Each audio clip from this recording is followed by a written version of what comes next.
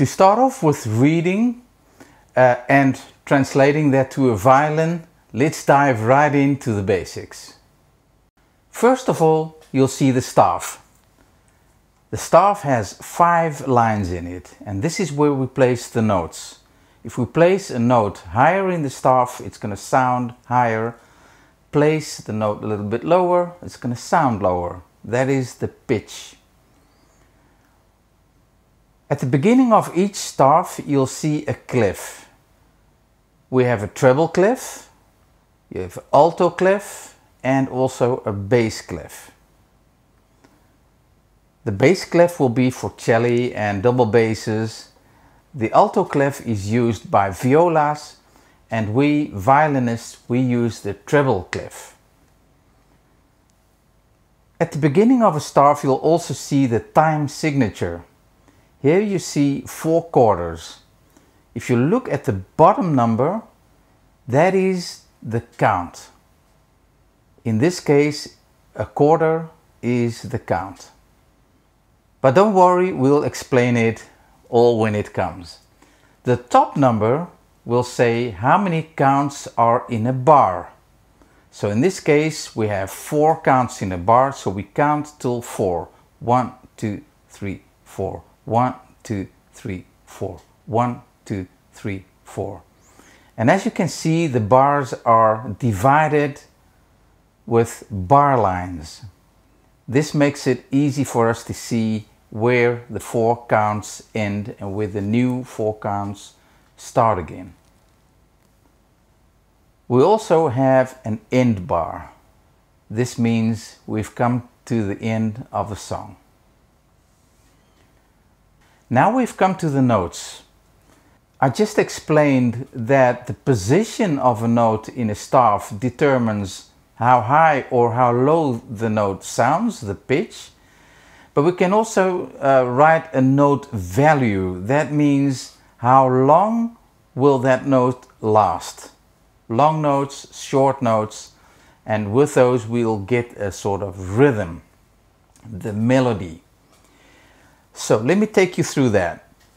First of all, we have a whole note. And if we saw that the count would be the quarter note, we have 4 counts in this whole note.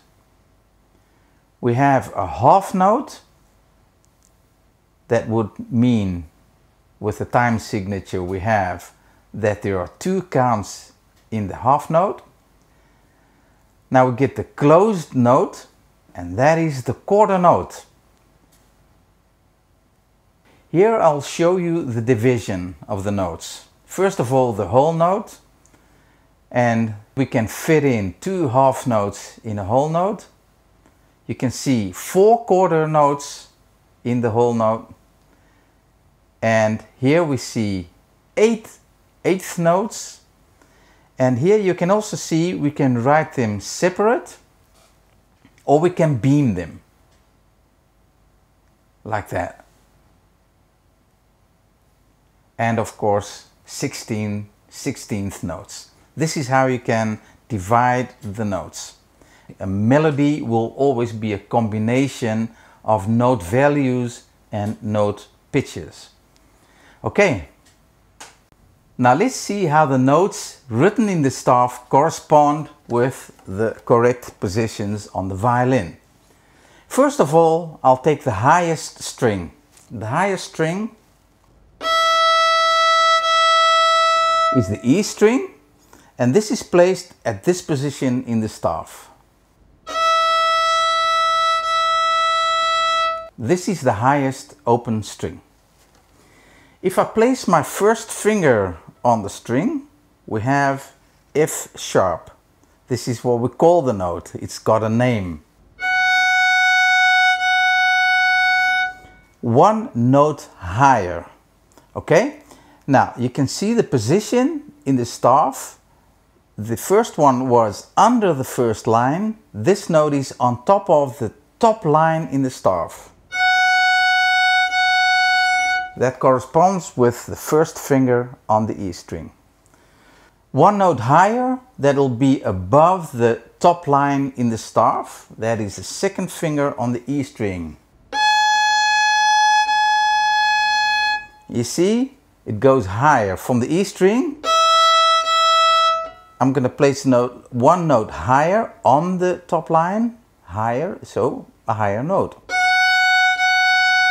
And one more time, higher is going to be above the top line in the staff. That's the second finger on the E string. So that's how you recognize the pitch in the staff corresponding with which finger on which string. Okay, let's take you to the A string. The A string is scored here at this position. So you can remember you have the middle line and the A string is under the middle line. That is the open A string. If I place the note on top of the middle line, so it's one position higher, that's the first finger on the A string.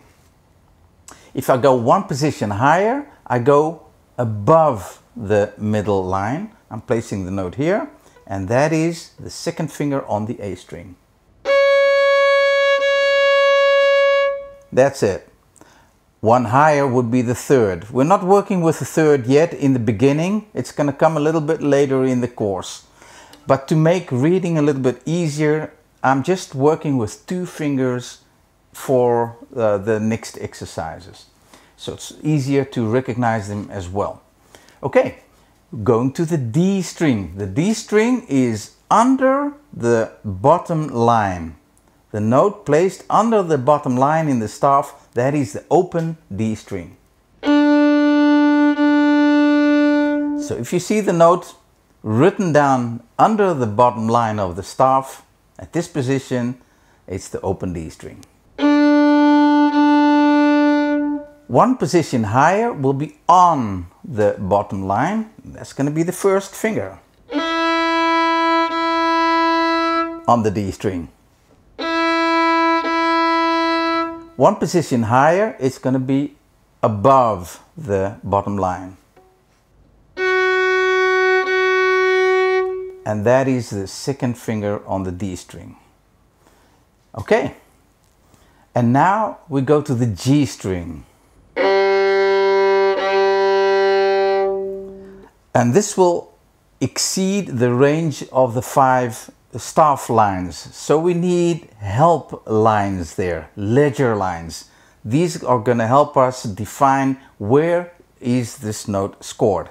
It's the lowest, so it's going to be low, even lower than the staff itself. Two help lines, two ledger lines are going to give us this position, and that's the open string.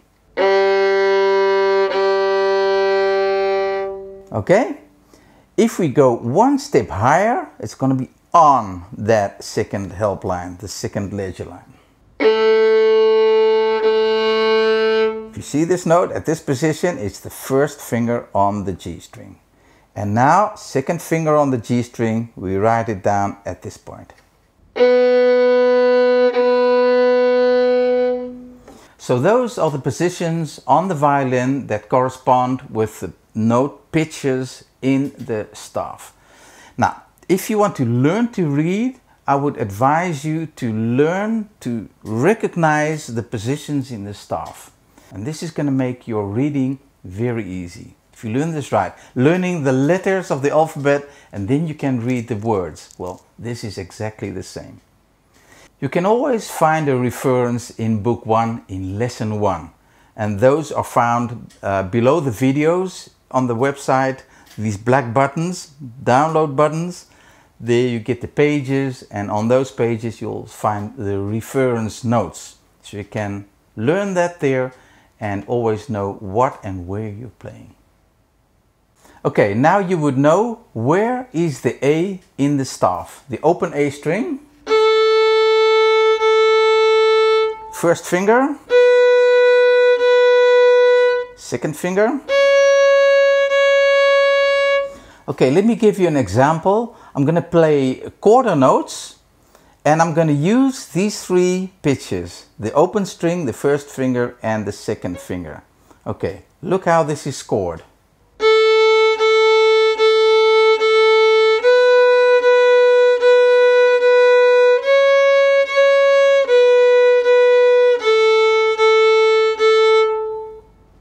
Can you see it? If I would do something similar on the D string, here's the D pitch. First finger on the and second finger above. Okay, I can play half notes.